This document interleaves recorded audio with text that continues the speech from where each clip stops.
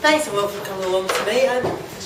A meeting about the cuts is something that's obviously all over the news, but you know, sociologists across the world and the universities, I can't see you with my specs on and I can't see you with them off, are going to have to eat their words or at least bend their boots, because the class war is back. They're going to have to dust off the socialist and the Marxist section and get capital back out again. And I'm delighted about that, I have to say, because I have to teach this nonsense.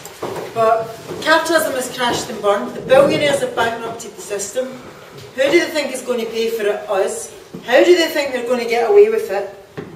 Well, it's as sophisticated as Halloween. We're in the receiving end of a mass trick-or-treat. They're attempting to have a mass psychology of fear. And that is how they expect that they're going to manage it. As some of you might know, I own my own witch's outfit, but it's been out this week. But I don't scare that easily. And I'm not afraid. I'm not afraid of what's coming. And I think if the Scottish Socialist Party's got any message that we have to put out there is, don't be afraid, because I'm going to fight. If they come for my job, I'm going to fight. If they come for my son's education, I'm going to fight. If they come for my housing benefit, if they come for my house, then they better roll up their sleeves. And I think that what we have to get over is this idea of fear. We need to smash it, we need to crush it, because it doesn't really have any foundation from the point of view of their system. I'm not afraid, but I don't think I'm the only one. In fact, I know I'm not the only one. Is that not a cue for a song, by the way? Bad days, this. I've seen France, I've seen Greece, I've seen Dublin. I was in Edinburgh on Saturday.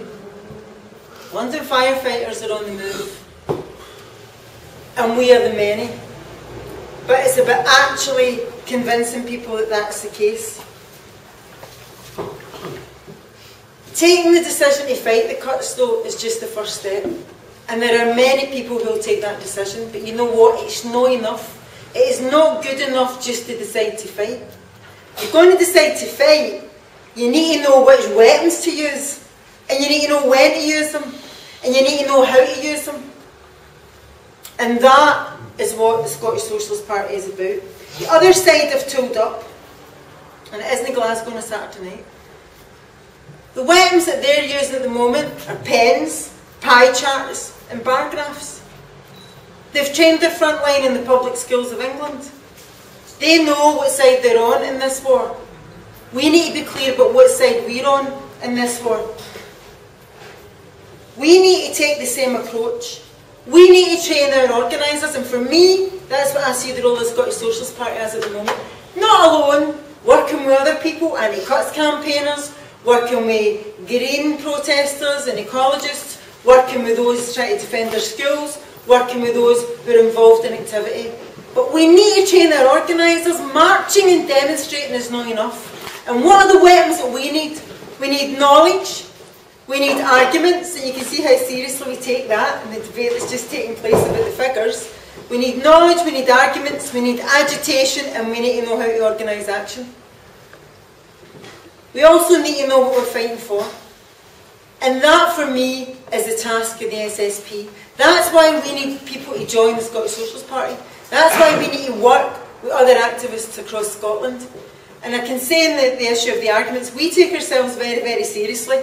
But I was going to interject there when there was a debate between James and Rafi and Liam and John at the back. You know what? Chill out. We take it seriously. The other side get a few problems when it comes to their theorists. I need to put my specs on for this because I can't see. You know, they've got the Nobel Prize winners, and they've got 3 Nobel Prize winners of the economics. They've got Paul Krugman, they've got David Kerr, they've got a guy called Lord Robert Skidelsky, and none of them agree about what's going to happen next. And really reassuring, the guy who was the head of the Economics Committee at the Bank of England, Professor David Blanchard, said, well, in 2008, something horrible was going to happen to the economy. If this is what we're up against, by the way, I think we can have a few difficulties about our arguments. They don't know what's going to happen in their own system. They don't know what's going to happen next.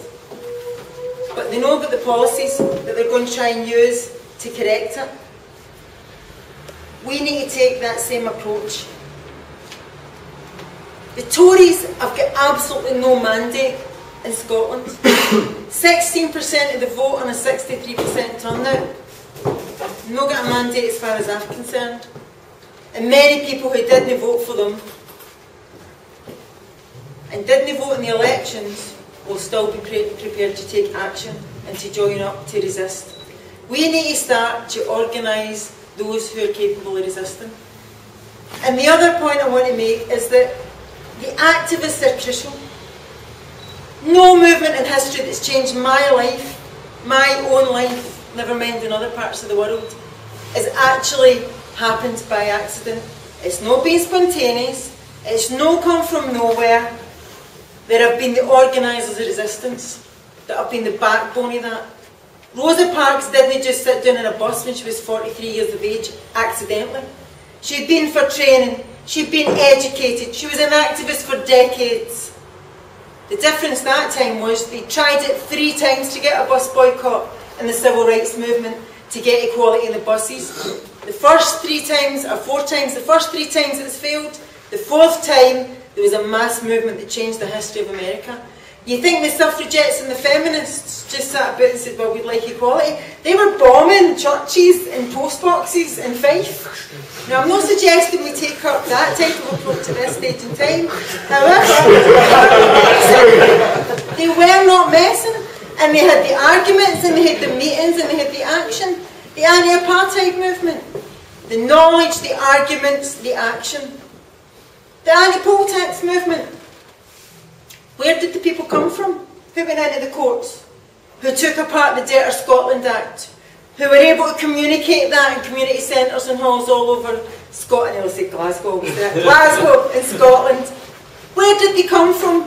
They signed up, they joined, they didn't just decide to fight, they began to get the weapons so that we could win.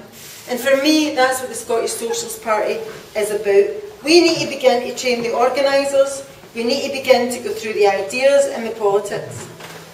But we also need access to political power. We're not just an activist base, we need access to the city chambers. If we were to take a majority in there, it would change the whole course of a progressive history in Glasgow. We would give the Women's Library the money who can't get the money. I was in there last week. We would give local community campaigns who want to fight in their schools the money. We would give the money to people who wanted to resist. And we don't care whether it's legal or it's not legal. We would give them that money and we would join up to demand the money that we need to run Glasgow and the money for ordinary working class people to maintain their standard of living. But we wouldn't just do that. We'd run popular education, we'd run schools, we would book George Square and put the marquees up. But not for the art exhibition, no, that I'm against that. Not for the, I was going to say the Kelly, the Pipers rally, no, I'm against that. But we would put the marquees up and we would use it to educate, to agitate, to put the arguments forward. We need access to political power. And that's why the events this week have been such a tragedy in the Tommy Sheridan case. Because in a society where politics and MSPs and MPs are bought and paid for, which is the political system that we're in, been there, done it, seen it, then it's so important that we get people into the council, into the parliament, who will not sell out, who will take a worker's wage, who will be accountable to the movement that elected them and represented them. And the SSP is that strange thing in politics, and we need to win this PR war. At the moment, the enemy have commandeered the logistics of communication. As part of that organising, we need to find the channels of communicating to get our message out. And particularly in the next few weeks, probably a few months, we need to occupy the ground that the Scottish Socialist Party is that unusual thing in politics. It's a party that's got accountability over its leaders, but it's a party that stands not just for socialism and a new alternative world, but a party that stands for honesty and integrity. And I'm proud to be a member of it for the past 10 years, and I believe that we represent the best traditions of the left and the socialist movement in Scotland. So I hope we're going to get some new members now and over the next few years.